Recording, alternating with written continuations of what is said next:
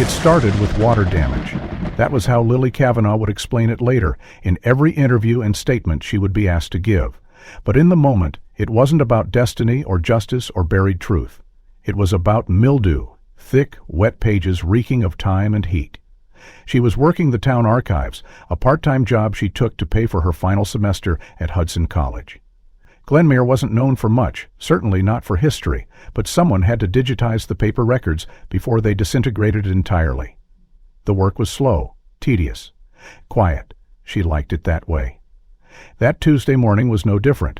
Rain thudded against the old town hall's windows while fluorescent lights buzzed overhead. She was 6 boxes deep into the 2001 municipal records when she noticed it.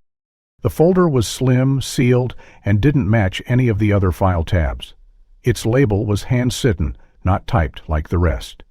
Red ink smudged on the edges, with one sentence written neatly across the front. Release only if Marla Hensley is declared deceased. Lily didn't know who Marla Hensley was. There were no local obituaries under that name, no records in the school faculty database. She set it aside at first, thinking it might be misfiled from a probate case. But the name lingered. She finished the rest of the box, packed it for scanning, then circled back. This time she opened the envelope. The seal cracked like an old scab. Inside, she found 3 items. First was a single sheet of lined paper, a class roster. 12 students, listed by first initial and birth month only. No last names, no student IDs, each name marked with a different color pen, like someone had updated it over time. Second was a map, hand-drawn on faded parchment. It showed the Glennmere coast as it looked 2 decades ago, before tides and storms reshaped the shoreline. One location was circled in red ink, Tide Pool Bell. Lily had grown up in Glennmere and never heard of it. The map was fragile, creased at the folds, with what looked like a water stain across its lower edge. The third item made her pause. A photograph burned along the bottom. In it, a group of students stood outside the old entrance to Glennmere High School, which had been rebuilt after the fire in 2002. They wore autumn jackets, some held backpacks, one had a trumpet case. Their faces were mostly blurred, not by accident, but by age or water, or possibly intention. All except one. In the center, behind the group, stood a woman in her mid-30s, dark hair, pinned back, bright eyes, a navy new wool coat. She was smiling, not broadly, but with a kind of stillness that seemed deliberate, and she was looking directly at the camera. Lily turned the photo over. Written on the back in the same hand as the envelope label was a note. They were chosen. I tried to stop it. The pen had pressed so hard it dented the paper. She stared at the words for a long time. There was no date, no explanation, no context. She placed all 3 items back in the envelope and walked them upstairs. The receptionist, Amanda, looked up from her crossword and raised an eyebrow. Lily asked if there was a record of a Marla Hensley in the town employee registry. Amanda checked the computer and shook her head. Nothing. Lily asked if she might have worked for the school. Amanda gave a soft shrug. Maybe before everything burned? They lost a lot in the fire. Back at her workstation, Lily searched the local newspaper archive. No obituaries, no articles. She even scanned faculty directories from the early 2000s. There was no listing for Marla Hensley. It was as if she had never been employed. But the photograph was real. The seal on the envelope had been untouched. Someone in a position of access had filed it and meant for it to be found, but only under specific circumstances. Marla Hensley had to be declared dead, yet there was no death certificate, no police report, no missing persons case filed in Glennmere under that name. If she had vanished, no one had reported it, or someone had made sure the record was buried deep. Lily stayed late that night. She made copies of the contents and returned the envelope to its original box. She didn't want anyone else noticing it until she understood more. That night, as rain hammered the roof of her family's garage apartment, she pinned the map above her desk. She marked the location noted on the coastline, comparing it to a digital map on her laptop. The current shoreline was different now. The road nearby closed after a landslide years ago. The place marked as Tide Pool Bell was inaccessible by car, but the coordinates were still valid. The next morning, Lily took her dad's old Jeep and drove along the coastal road. It ended just past Miller's Bluff, where erosion had wiped out part of the highway. From there, she hiked the rest on foot, boots crunching over wet stone and fallen pine. 40 minutes in, she reached the cove. It was quiet, nearly hidden by a jagged wall of slate and beach grass. As the tide rolled out, it revealed a shallow basin littered with driftwood and barnacle-coated rock. Near the center, partially buried in sand, stood a rusted iron bellpost, its bell long gone. The stone base was cracked, but still visible. Around it, faded carvagings etched into the concrete slab. Some were letters, others just symbols. One marking, in red paint barely visible under the moss, matched the red circle from the map. Lily knelt to examine it closer. Her fingers brushed against something metallic lodged in the soil. She dug carefully. After a few minutes, she pulled out a weathered tin box sealed with wire. It was about the size of a small textbook. No label, no lock. Her heart was racing. She didn't open it until she was back in the Jeep, doors locked, hands trembling. Inside were photographs, not of the students this time, but of documents, pages from case files. One included the same initials and birth months as the class roster. Another was a letter addressed to Marla, warning her to stop asking questions. It was signed with a government letterhead, partially burned, but unmistakable. She stared at the box for a long time. Whatever this was, it hadn't meant for her, but someone had wanted it found. Someday, maybe even counted on someone like her, someone patient, curious, and just persistent enough to go digging. Lily didn't sleep that night. The tin box sat on her desk, its contents spread out in a meticulous grid. She had scanned each document, carefully labeling the files on her laptop, as if that could somehow make sense of them. The list of initials and birth months was her starting point. 12 students, only partially identified, from a year no one seemed to remember.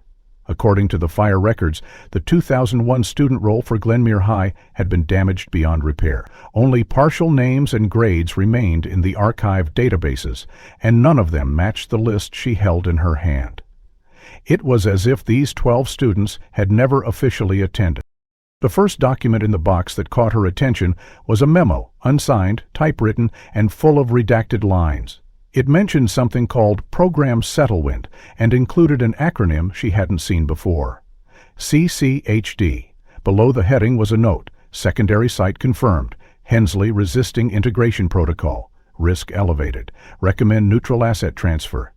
Lily had no clue what any of it meant, but the language was clinical, detached, and chilling, the kind of thing that hinted at systems and decisions far beyond anything a high school teacher should have been involved in. Her fingers hovered over the photo of Marla Hensley again. The woman's gaze, fixed on the camera, felt uncomfortably direct, not desperate, determined. There was no doubt in Lily's mind now. Marla hadn't just vanished, she had been removed. And these documents, charred and hidden, were all that was left of her effort to leave a trail behind. By morning, Lily had created a cross-reference spreadsheet. She pulled school yearbooks from the town library, hoping to match faces or initials to students from surrounding years, but strangely, the 2000 and 2001 yearbooks were missing. The librarian, an elderly woman named Patty who had worked there since the early 90s, was surprised. She checked the archive shelf twice. Both volumes were gone. Lost in the fire, maybe, she guessed, or never reprinted after. But even the index card catalog for those years was empty. No student names, no faculty lists. This didn't feel like a mistake anymore. It felt like erasure. Lily decided to visit the site of the old school, now a rebuilt administrative annex. The receptionist there, a woman named Eliza, greeted her politely, but with suspicion as soon as she mentioned the name Marla Hensley. After a long pause, Eliza nodded once and asked her to wait. 10 minutes passed before an older man in a district operations. Lily repeated her questions. He sighed. Marla was an English teacher, he admitted finally. Quiet, kept to herself. She didn't return after the fire. Some said she'd moved, others believed she'd quit teaching altogether. No one ever officially declared her missing, and no, he didn't remember any specific roster of 12 unusual students. All records from that year were spotty at best. When Lily asked if there had ever been an incident involving student selection or a special program, his tone changed. He politely refused to continue and asked her to leave. Back in her car, Lily felt the weight of silence growing. There was no reason for a teacher's name to vanish from every official system. No reason for 2 yearbooks to disappear, for archived student files to empty, for local officials to dodge questions. Unless someone had made it so. That evening, Lily returned to the documents. She studied the burned memo again, zooming in on the edges of the government letterhead. Most of it was unreadable, but she isolated the seal fragment. It matched a known symbol from the Department of Health and Human Development. The acronym CCHD came up again in early reports tied psychological behavior studies during the early 1990s. But those had all been labeled experimental and shut down officially. The phrase cognitive pattern monitoring appeared in one article Lily dug up from a medical ethics journal. It mentioned the targeting of adolescents in structured environments and the ethical violations that followed. Lily stared at the memo and at the initials listed in Marla's document. It hit her suddenly. These weren't just students, they were subjects. But subjects of what? One document, slightly less damaged than the others, had marginalia in handwriting that matched the envelope label. It was a letter, addressed not to a superior, but to someone named Sam. Probably personal. Marla wrote that she had uncovered anomalies in student behavior, synchronized memory lapses, identical journal entries. She had documented everything but stopped short of submitting it. She feared surveillance. The letter ended with a chilling sentence, "They're using us to train them. I think the school is just a front." Lily leaned back, her pulse pounding. This wasn't some conspiracy from online message boards. Marla had discovered something institutional.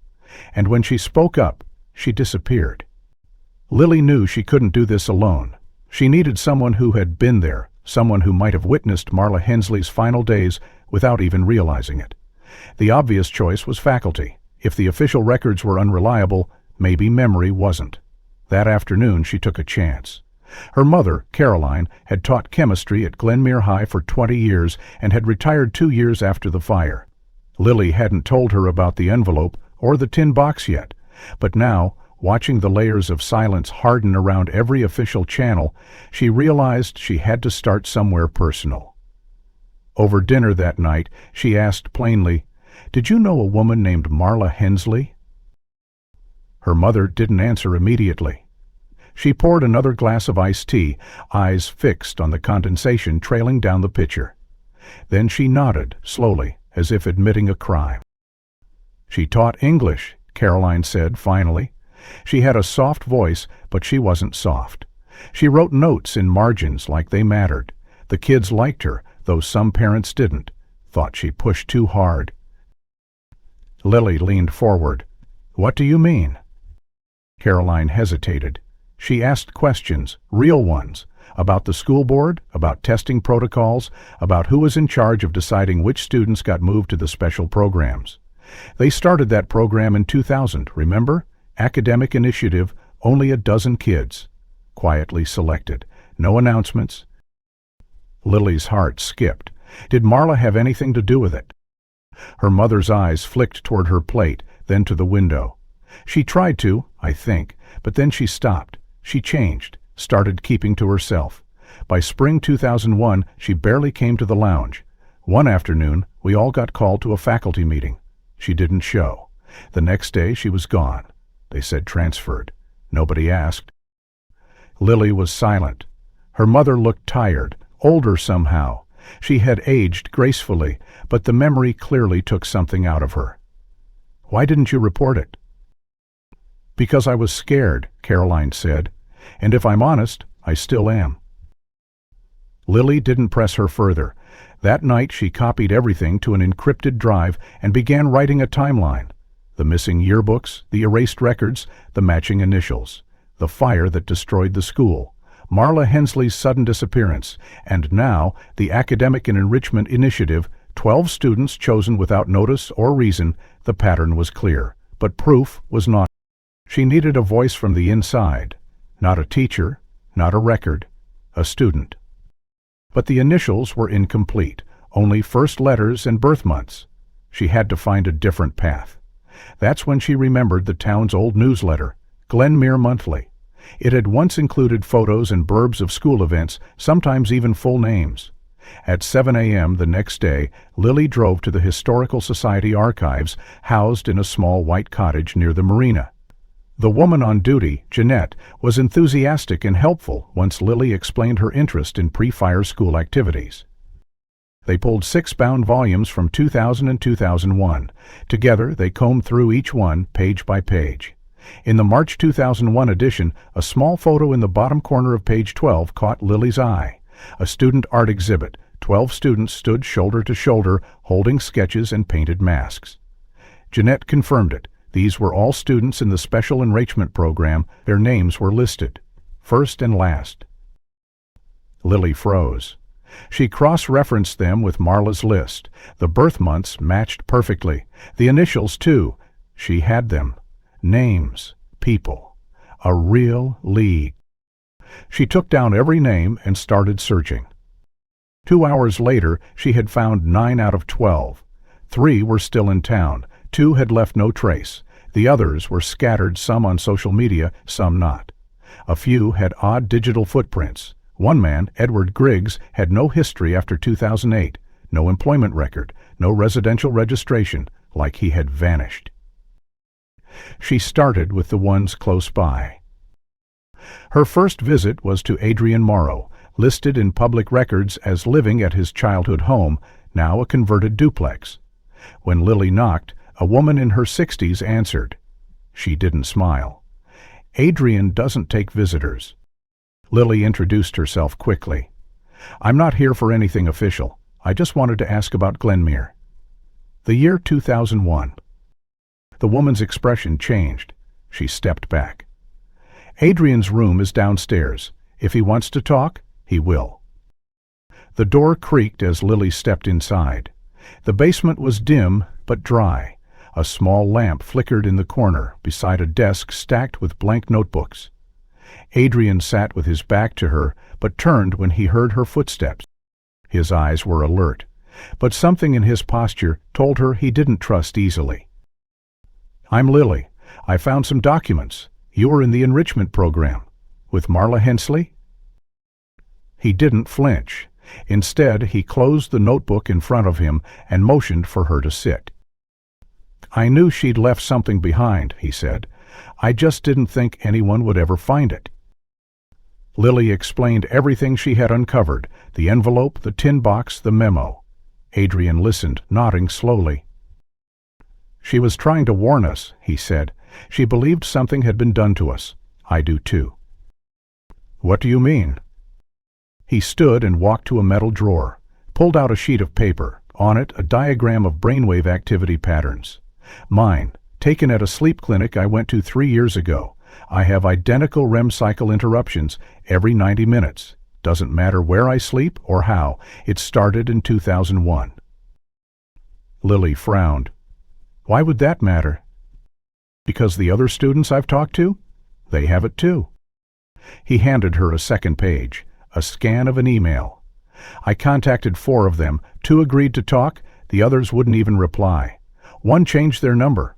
We thought we were crazy. But then I remembered Marla, and I started to think maybe we weren't. Lily felt the weight of it all pressing in. This wasn't just about a missing teacher. This was a living, breathing aftershock, something that had altered these kids, and it had begun at Glennmere High. Adrian Morrow's words echoed in Lily's mind for the next 2 days. Identical REM cycle interruptions, shared symptoms among former students. It wasn't just coincidence anymore. This wasn't trauma in the abstract, but someone had done something to them, something clinical, something designed. Lily couldn't stop thinking about the phrase in Marla Hensley's letter, they're using us to train them. That were true, who were they? She turned her focus to the remaining students from the enrichment program. One name stood out from the list, Camila Denning.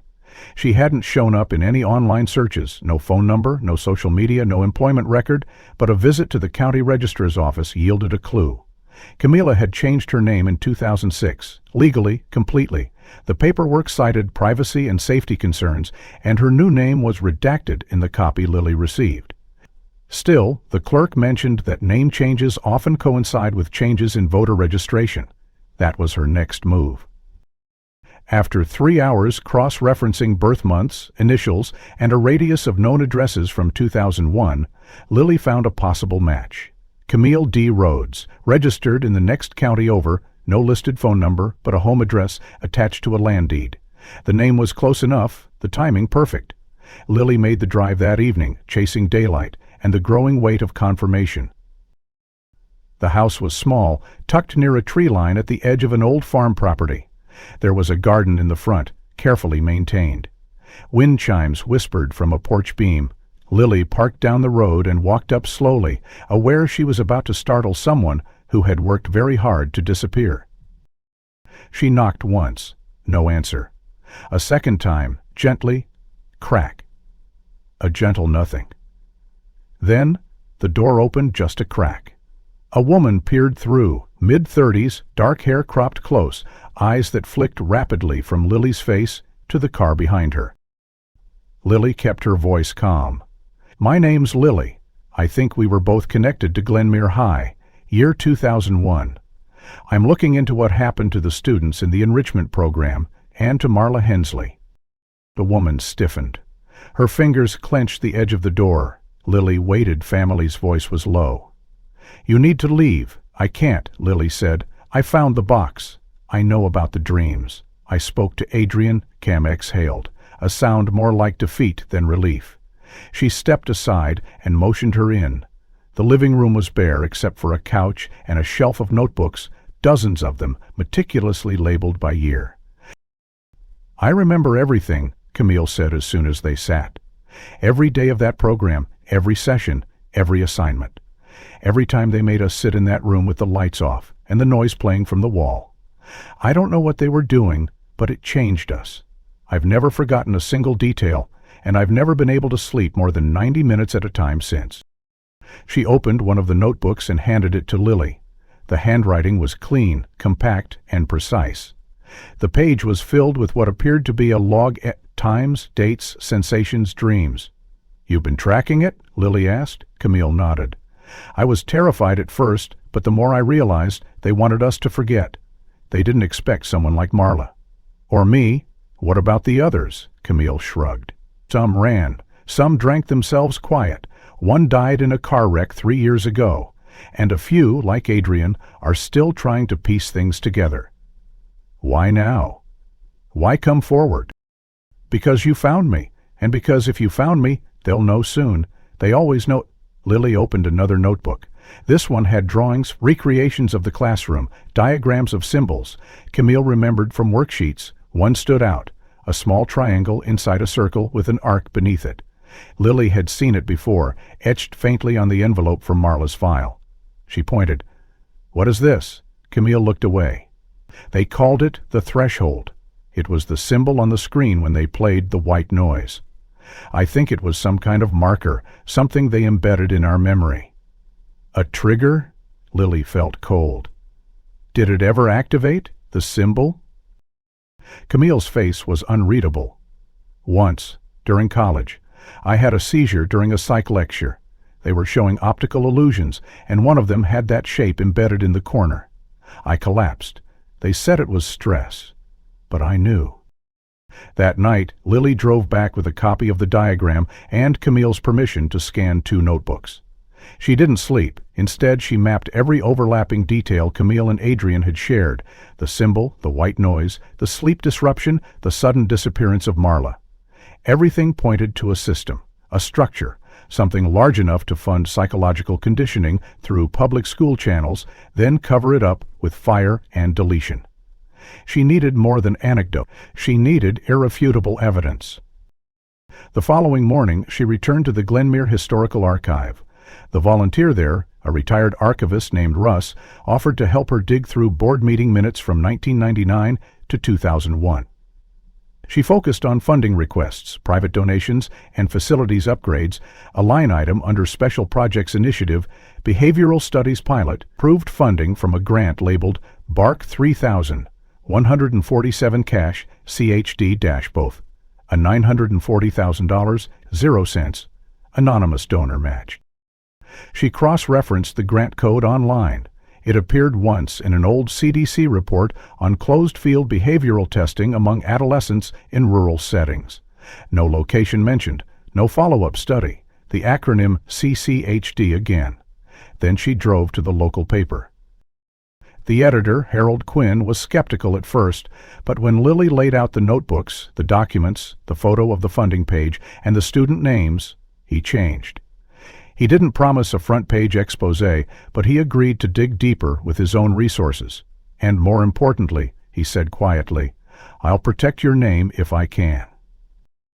Lily left the office knowing she had turned a page in the story, but something still nagged at her, the symbol, the white noise. Camille's notebook mentioned another detail she hadn't asked about yet, Session Room 9, the one place all students visited weekly. It was supposedly soundproofed and sealed from faculty. Lily had never heard of it. And if the school had been rebuilt, could the original basement still be intact? Lily returned to the Glennmere Annex 3 days after her visit to Camille Rhodes. She parked further down the street this time, keeping a low profile. The building sat quietly, its windows reflecting the sharp autumn light, its gray exterior unremarkable from a distance. But she knew what lay beneath it wasn't part of any blueprints on public record. Camille had described it in her notebook entries, Section Room 9, located in the sub-basement of the old Glennmere High before the fire. Supposedly soundproof, sealed, no windows, no intercoms. And even then, Camille remembered the sound of humming, like static in the walls. Lily walked the perimeter of the building twice before stepping inside. The receptionist from her first visit wasn't there. A younger man in a navy sweater greeted her. She gave a calm smile and explained she was conducting follow-up research on pre-2001 school structures for a local education history project. He didn't ask for ID, he simply gestured toward the hallway. Records room is in the back. You'll want the stairwell on the right. That was all she needed. Instead of heading to the records, Lily found the stairwell and descended quickly. The first floor below was administrative, offices, storage, and janitorial spaces. She continued to the next level, noticing how the lighting grew dimmer, the concrete walls more exposed. At the lowest landing, she found a locked double door. No sign, no handle, just a keycard panel and a small, discolored rectangle where a nameplate had once been. Camille had written something important in her journal, a pattern repeated often in the facility. The threshold symbol, triangle within a circle with an arc, was sometimes hidden inside maintenance signs or tiled mosaics. Lily scanned the wall. In the upper corner, faint under a layer of peeling paint, she saw it. Barely there, but it was the same. She took a photo, then turned away, her mind working through the next step. She needed a way in without tripping alarms or drawing attention. That night, she contacted Adrian again, updating him on Camille, the room, and what she'd found in the archive. He listened quietly, then said something that stuck with her. "That room's still intact, it's active, or they would have sealed it in concrete years ago." Lily knew he was right. So she waited for the weekend, when the annex would be emptier. She arrived just after dawn with a lockpicking tool borrowed from a friend who worked in property security. It wasn't state-of-the-art, but it had worked for him on more than one field call. She slid the tool into the panel seams and worked slowly, counting the seconds in her head, pressing gently until she pulled the door open and stepped into darkness. The hallway ahead sloped downward at an unnatural angle. The air grew colder with each step, and the silence was unnerving. Not quiet, dead. No hum of vents, no fluorescent flicker, just absence. She clicked on her flashlight, its beam cutting through dust and shadows. The walls were paneled in dense foam, the kind used in audio isolation. Some panels were torn, revealing blackened adhesive strips beneath. She passed 3 rooms before finding the one marked 9. The paint was nearly worn off the metal door, but the number was still visible. Her hand trembled slightly as she reached for the handle. It turned without resistance. The room was small, square, no more than 12 feet across. In the center sat a metal chair bolted to the floor facing a blank wall. Surrounding it were low shelves, each holding sets of worn headphones, outdated consoles, labeled tapes. A cracked control panel sat in the corner, switches covered in dust, a faint scorch mark above the primary toggle. Lily moved toward the shelves, lifting one of the tapes. The label read, D96, Induction for Mats 13. The format was familiar, VHS, but modified. She placed it back and took photos of the labels. Then she noticed something stranger. Not all of them were blank. On the reverse, some had initials etched into them. RH, CD, HH, HM. She pulled 4 of them, tucked them carefully into her backpack, and turned toward the console. Most of it looked dead, but one light, faint blue, no brighter than a nightlight, blinked steadily under the label, Inactive, Hold. She crouched, traced the wiring with her fingers. The cables led behind a false wall panel attached to a conduit that fed upward. And that meant someone was still listening, still watching. She backed out of the room and started photographing everything: the chair, the floor bolts, the tape stack, the blinking panel. Her camera flash revealed writing above the door on her way out. Scratched into the frame were 3 words, barely legible. They watched back. Lily didn't run, but she didn't linger either. She made her way back through the hallway, double-checking that she left no trace of entry. She reset the lock, climbed the stairs, and exited into daylight without a word. She didn't breathe until she reached her car. Back home, spread the tapes across her desk. She didn't have a player that could read them. These were proprietary. But she had contacts, former AV techs, archivists, even a collector in Binghamton who restored analog surveillance equipment. One of them owed her a favor. By Monday, she had access to a restored reader. They played the first tape in a sealed studio, just Lily and the technician. The screen flickered, static dancing, then a wide shot of the same room she had entered. The chair was empty at first. Then a student walked in, sat down. Headphones were placed on him by a man in a lab coat. The door closed. A timestamp blinked in the corner card. The door began to blink rapidly. He leaned forward. His mouth opened, but no sound came out. The screen pulsed white, then went black. A new image appeared. The boy, shaking now, his hands trembled against the restraints. The lab-coated man returned, spoke words that didn't match the lip movements, deliberate distortion.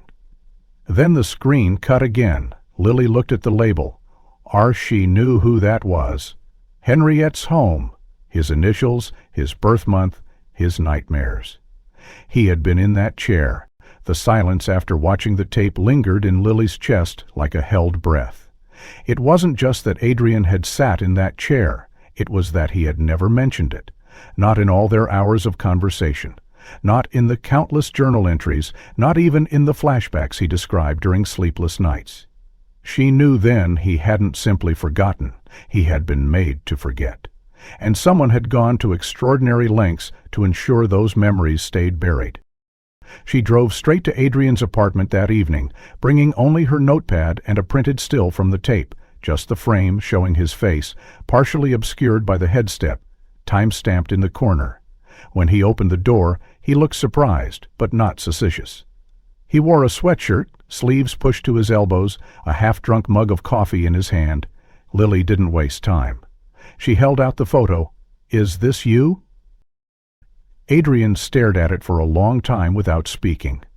His face twitched once, not recognition, but something deeper, like an instinct recoiling before his mind could catch up. He blinked and handed the photo back. "I've never seen this," but his voice betrayed him. He wasn't certain. Lily sat him down, explaining everything. Session Room 9, the blinking panel, the marked tapes, the distorted commands from the man in the lab coat. She described the environment, the chair, the methodical restraint. Adrian listened without interruption. His eyes stayed fixed on the floor. When she finished, he asked only one question. "Were there others?" Lily nodded. At least 4 based on the tapes, but the files hinted at more. She opened her notes, pointing to the list of initials from Marla Hensley's envelope. Adrian looked at them, tracing the letters with a finger. He stopped at 2. CD and JM. I think I know who these are. He told her about Caleb Drennan and Josie McVeigh, classmates from his 9th grade homeroom. Both had left mid-year with no explanation. Rumors said Josie had moved to Maine.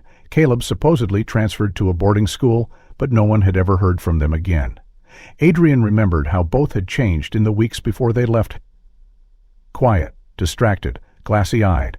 Caleb had scratched circles into the wooden desk. Josie refused to make eye contact with anyone. Thought they were just depressed. Lily jotted their names down, her mind racing. If they had been part of the same sessions, there was a chance their families knew more. A pattern might emerge, similar behaviors, similar disappearances. She spent the next 2 days contacting former students, parents, and teachers.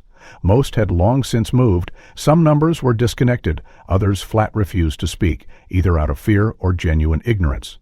But one reply came through. A woman named Teresa McVeigh, Josie's mother, agreed to meet her in a roadside diner 2 hours west of Glennmere.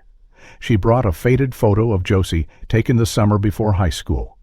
Her eyes were bright then, her posture confident. A far cry from how Adrian had described her.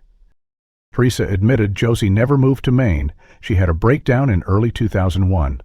Came home one day terrified, speaking gibberish about static in her head and voices that repeated phrases she couldn't stop hearing. She stopped speaking altogether. One night she left her room and never came back. Police assumed she ran away, but I always thought someone came for her. Teresa had filed a missing person report, but it went nowhere. No media, no follow-up. 2 months later, a social worker came by with paperwork suggesting Teresa allowed the report to expire. He said it would be easier for closure. Lily pressed for a name.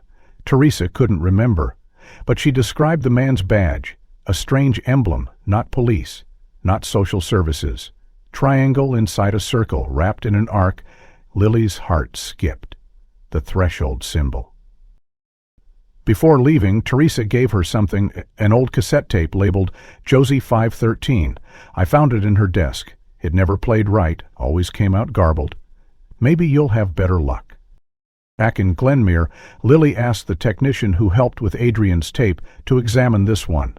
He cleaned the casing, rewound it manually, and played it through a specialized reader. The screen flickered, sound cut in and out. There was static and garbled audio. Then, beneath it, a voice. This is Josie McVeigh. If you're watching this, it means I didn't make it out. They're not teachers. They're not even human in the way we think. They take pieces of you, thoughts, reactions. I saw my reflection flicker like a bad recording. If they get enough of us, they won't need us anymore. The tape ended abruptly. No date stamp, no location, but the emotion was raw, her fear unmistakable.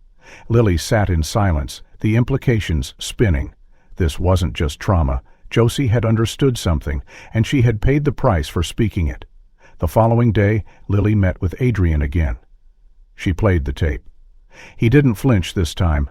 He watched the screen until it went black, then said quietly, "She knew more than I did," Lily agreed. And if Josie left a recording, maybe others had too. She revisited Camille's journal, searching every line for missed references. Phrases like reset triggers, mirror cues, memory lockdown. One passage stood out now. Camille had written, "Some of us made it out, but they made sure we couldn't say how. When I speak too long, it resets. When I write too directly, the ink fades.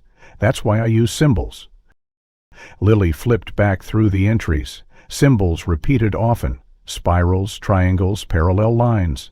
Some were written in the margins, others embedded in paragraphs like punctuation. She created a separate file, isolating them. If Camille had used a code to bypass mental interference, maybe she left directions. A map. Lily started correlating the symbols to dates, then to tape numbers. Slowly, a sequence emerged. Session numbers, room configurations, emotional response codes. Camille hadn't just documented what happened, she built a record of the system's architecture. How they conditioned memory, how they erased resistance, wasn't a diary. It was beginning to read it. The blueprint took shape slowly, like an image developing in a dark room. Lily had printed Camille's journal pages and tacked them across her living room wall, each symbol now cross-referenced with a timestamp, an emotion marker, or a fragment of a memory recorded on tape. She noticed the spirals often appeared beside moments of dissociation, while the triangles clustered around high-responsibility interactions. The double parallel lines, those marked the resets. Every time Camille wrote something too direct, too revealing, those lines followed. The ink faded, and her phrasing shifted to something more abstract. Camille hadn't just been resisting the programming, she'd been documenting how to survive it. Lily traced each sequence with a pencil, mapping the shape of the program literally and figuratively. Her notes now resembled a floor plan more than a research log. She was beginning to understand the infrastructure of the sessions. Each subject was assigned to a cycle: induction, exposure, behavioral measurement, and memory suppression. Some cycles repeated with minor changes. Others escalated.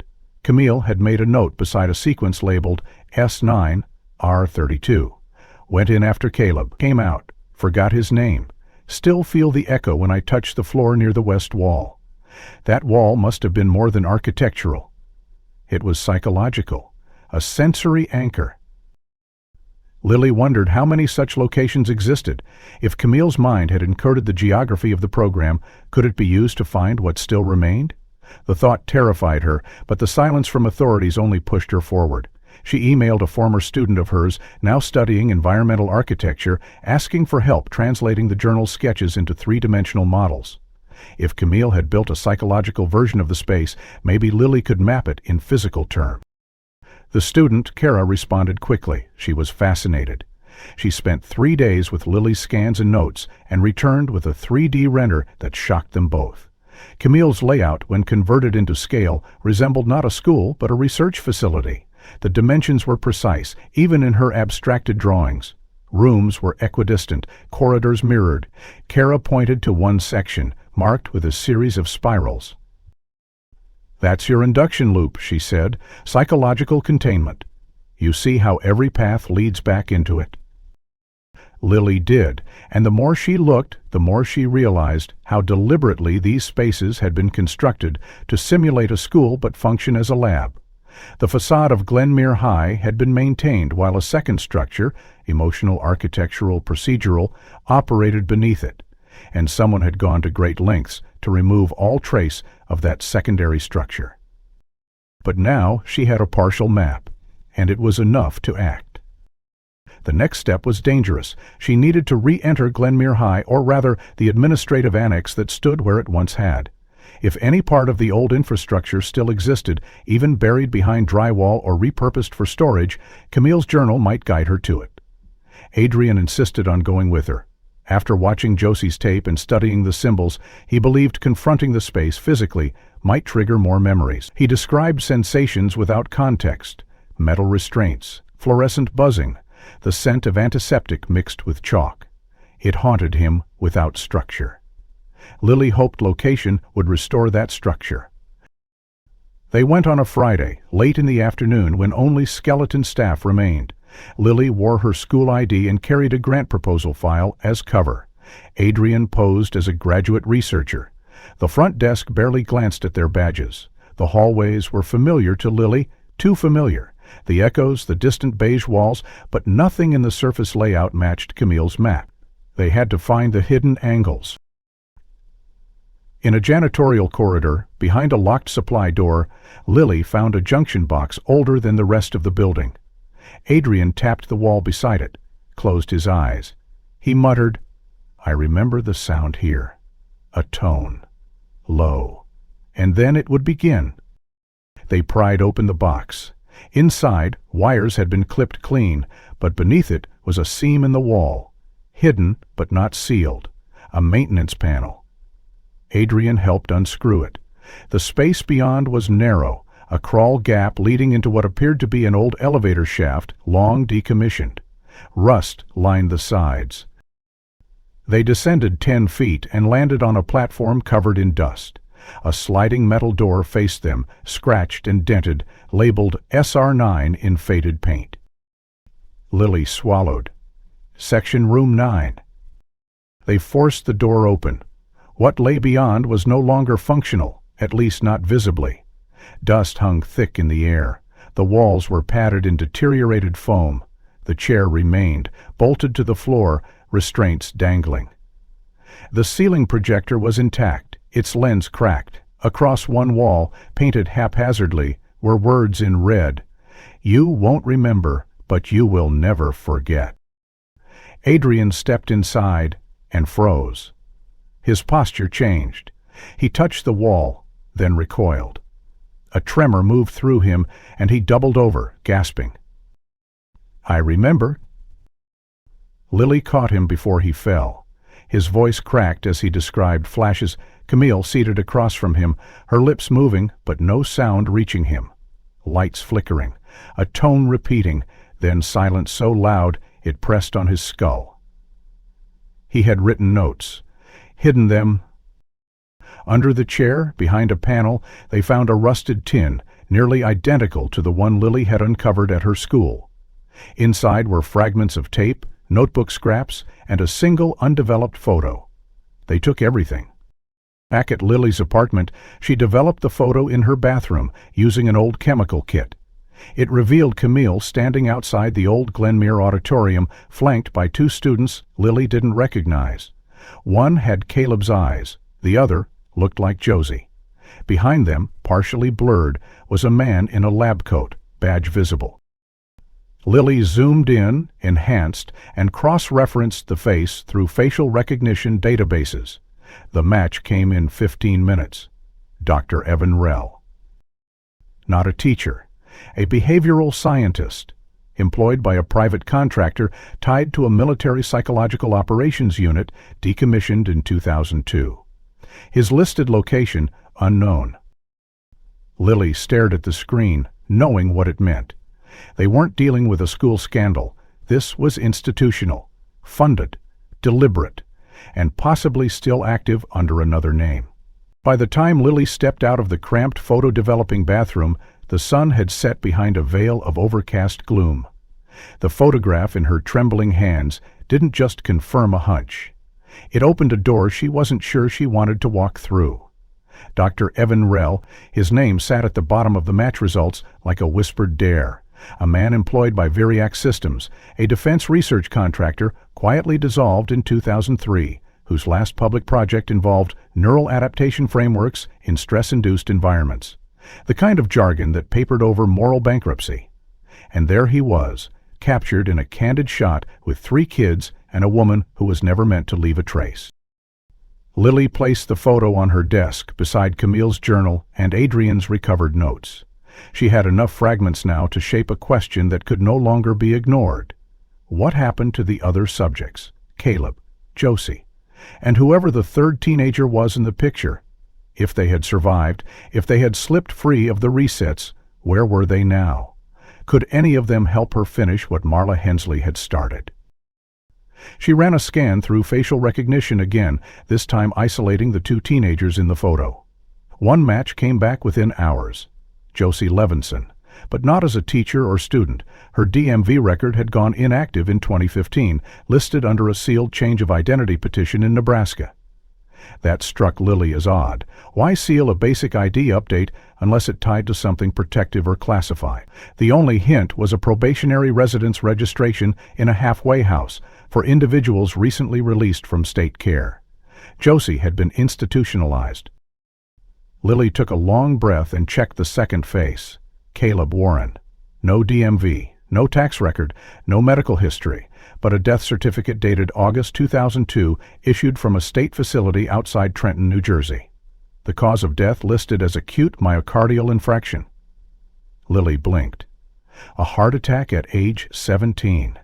She searched the facility, listed as Harlow Youth Behavioral Center, closed in 2003 after a state investigation into the misuse of aversion therapy on minors. It clicked, piece by piece. The subjects weren't just discarded, they were redirected, some pushed into silence, others into breakdown. She searched for a contact number for the halfway house where Josie had once stayed. It was disconnected, but the building still operated, now as a transitional clinic for trauma patients. Lily called, The administrator on the line listened patiently as Lily explained her role as a researcher studying institutional abuse in early 2000s education programs. When Lily mentioned Josie's name, there was a pause. "She's not here anymore," the administrator said, "but I know where you can find her. She works at a recovery camp in Montana, helps teens dealing with memory loss and dissociation. Been there since 2019. Lily wrote down the address and booked a flight. 3 days later, she stood on a dirt path at the edge of the Bitterroot Mountains, the wind full of pine and cold moisture. The camp was quiet, off-season. A small cluster of cabins stood near the tree line. Josie appeared from one of them, hauling firewood, her hair tied back, her face older, tougher. But it was her, the same girl from the tape. From the spiral-covered pages, Camille had guarded like truth. Lily approached slowly. She introduced herself carefully. She didn't mention Camille or Caleb right away. Only after Josie invited her inside and made coffee did Lily stare at it for a long time. "That's real?" she asked, voice low. "It is," Lily replied. "I think you remember more than you've admitted, even to yourself." She read the edge of the table with a thumb to draw and press start. "I used to dream about that man. He'd talk without moving his lips, and there was this sound, like a low hum, constant. When it stopped, you'd lose something." It was abrupt. Lily didn't interrupt. She made us forget each other. That's what they did. After the fire, they didn't shut it down. They transferred it, one by one. I was in 3 facilities before I turned 20. I tried to tell a social worker once, said I had these gaps in my life that didn't feel like trauma. Just missing, like I'd been put in a closet and taken out when they needed something. Toby turned toward Lily. "Why are you really here?" Lily laid out the Marla Hensley's box, Camille's journal, Adrian's sketches. She explained the pattern, the evidence of suppressed identities, the program's psychological mapping, and the confirmed location of Session Room 9 beneath the school. "I don't want revenge," Lily said. "I want exposure and closure. For Camille, for you." "The others," Hazy exhaled slowly. "We start with the ones who didn't vanish." She pulled out an old phone, cracked screen and battered casing, and opened a photo archive. There were names there, partial, nicknames, initials. Faces blurred in motion. One stood out, Tara Saunders. Josie remembered her, said she had a way of hiding things in plain sight. Notebooks full of drawings, like Camille's, but never found. Lily took notes. She had a new direction. She also had someone who remembered, not just in flashes, but with intention. Josie's memory proved more accurate than Lily expected. After 2 days of cross-rephrasing Tara Saunders' name with school archives, nonprofit rosters, and a few therapy-based arts initiatives scattered across the Midwest, they found her, living under a hyphenated surname in a small town in Missouri. She had changed careers, now working as a freelance illustrator specializing in trauma-based storytelling for children. The style of her work mirrored what Josie had described years earlier, bright, chaotic colors with recurring images of keys, doors, and segmented rooms. Lily recognized one illustration from Camille's journal almost immediately, an image of 12 children in identical uniforms, each inside a numbered glass chamber. It wasn't just stylistic coincidence, it was memory leaking into art. Lily and Josie reached out to Tara under the pretense of a creative arts publication interested in the intersection of personal trauma and visual metaphor. Tara agreed to meet in her studio, which was located in the attic of an old bookstore her partner operated. When they arrived, Tara looked uneasy from the first moment. She offered them tea but kept her arms crossed, her eyes never settling on either visitor for long. After some gentle conversation, Lily laid out a photo from the tin box, the one showing Marla Hensley beside 3 of the students. Tara stiffened. Her lips parted, but no sound came out at first. Then she whispered, "I knew she was real. I knew I didn't make her up." Josie leaned forward. "You remember her?" "Yes." Her voice was always calm, even when she was scared. She used to read from these weird books about memory science during group sessions, said it helped make sense of what we were being told to ignore. Tara turned and rummaged through a drawer. She pulled out a spiral-bound sketchbook, pages dog-eared and yellowing at the edges. Each drawing was labeled with only numbers 9, 17, 4. One showed a diagram of what looked like a floor plan with arrows pointing between rooms marked Session and Misacclimation. Another was a fragmented face, eyes duplicated and misaligned. "I started these right after the fire," she said. "I don't remember the fire itself, just the silence afterward." And then, waking up in a different school with a different name, Lily glanced through the drawings. They weren't just memory fragments. They were visual documentation. If even half of what Tara had rendered was accurate, the program had mapped not just behavioral responses, but full environmental immersion, a closed loop of control, reset, and redirection. Josie asked what Lily had been thinking. "Do you still have your old notebooks, the ones they didn't find?" Tara nodded slowly. "My mom hid them when she realized something wasn't right. She passed away 3 years ago, but the journals are still in her old house. I've been scared to read them wrong." "We need them," Lily said. "They might be the last intact record of the Settlewind environment." The three of them drove to the property later that afternoon, a 2-hour trip southwest into a wooded township where houses leaned with age and yards were stitched with rusting tools. Tara's childhood home stood at the end of a gravel road, faded blue paint curling from the porch beams. The inside smelled of dust and forgotten furniture. Her mother's room remained untouched, like a memorial frozen in time. The journals, 5 in total, were found in a sealed plastic tub beneath the floorboards of Tara's old closet. Each was wrapped in wax paper, labeled in careful, childlike print. "Keep, if truth matters." They returned to Tara's studio and spent the night reviewing every page.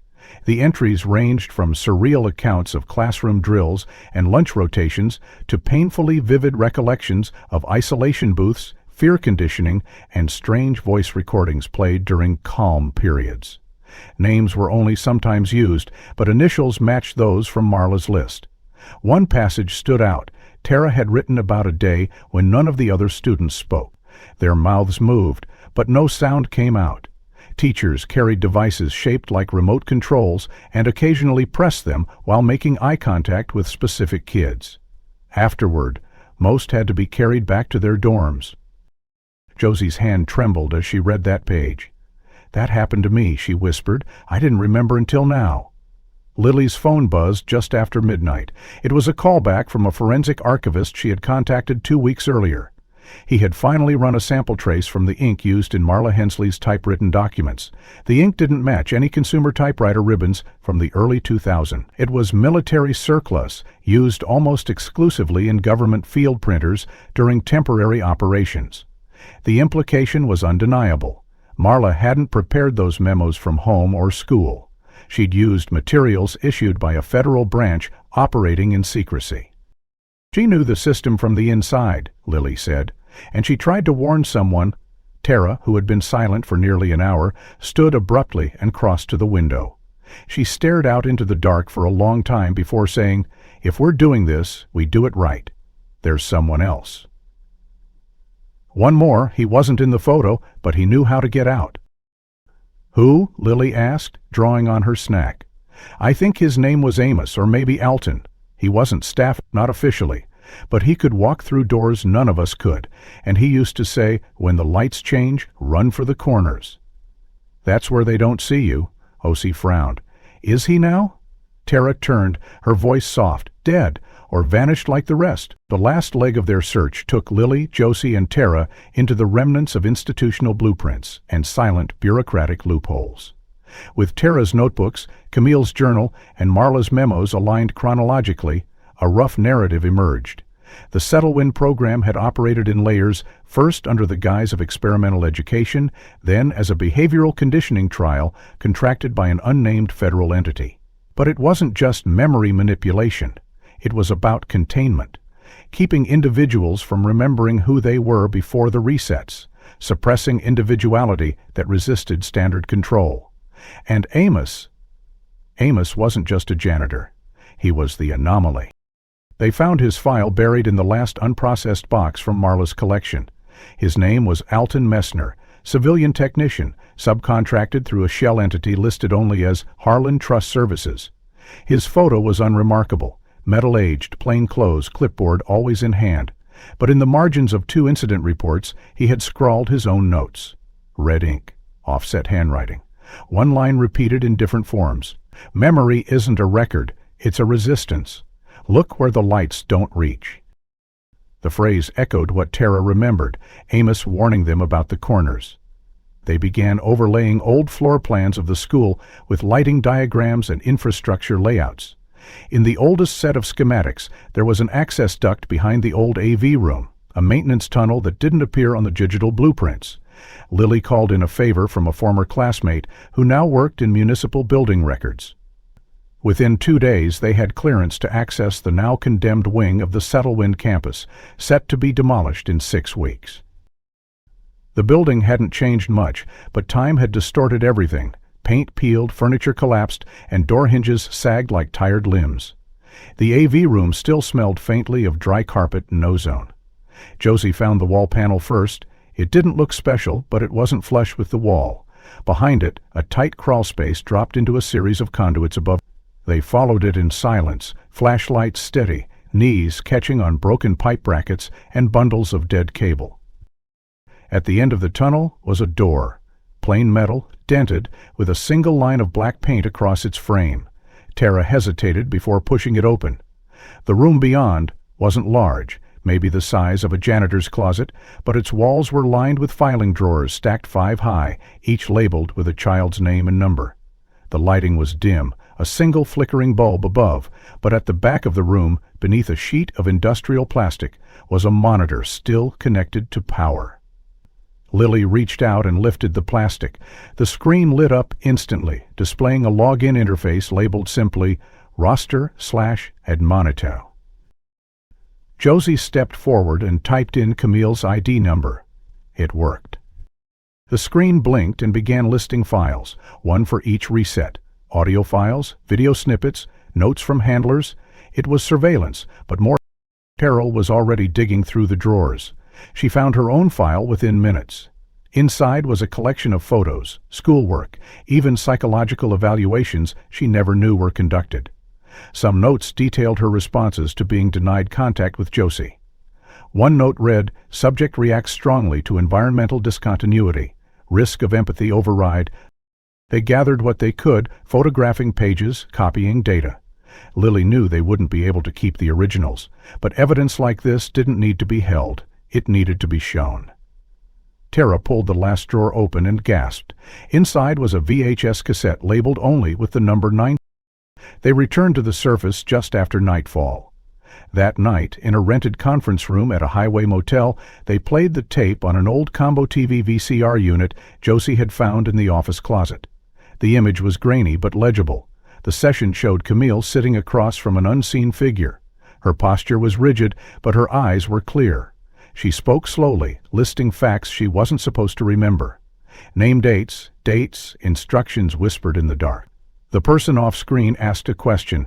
Camille's voice rose, steady and defiant. "I remember everything. You can't take it again." The tape cut out. The missing audio fragment was never recovered. 2 weeks later, Lily published the full report in collaboration with a coalition of investigative journalists and human rights advocates. The article went viral. The Department of Education denied knowledge. The Department of Defense refused comment. But survivors began reaching out. Names Lily had never seen, faces Tara and Josie thought were long erased. A network was forming. They held a memorial for Camille in a city park that spring, not just for her, but for Caleb, Marla, and the dozens still unaccounted for. Lily stood beneath a makeshift canopy, reading from Camille's journal. Around her, names were spoken aloud, some for the first time in decades. Josie brought a framed photo of Tara's original sketch, the one with the glass chambers. A local artist turned it into a mural that now covers the side of the old settlement campus. The school won't be demolished. It will become a community archive, dedicated to truth-telling and psychological healing. The final scene came quietly.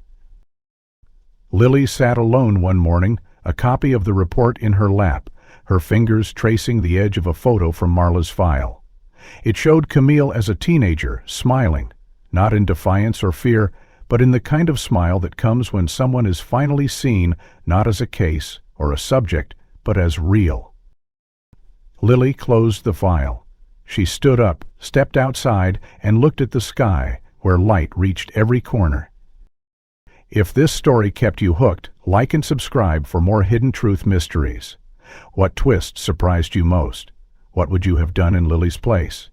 Drop a comment.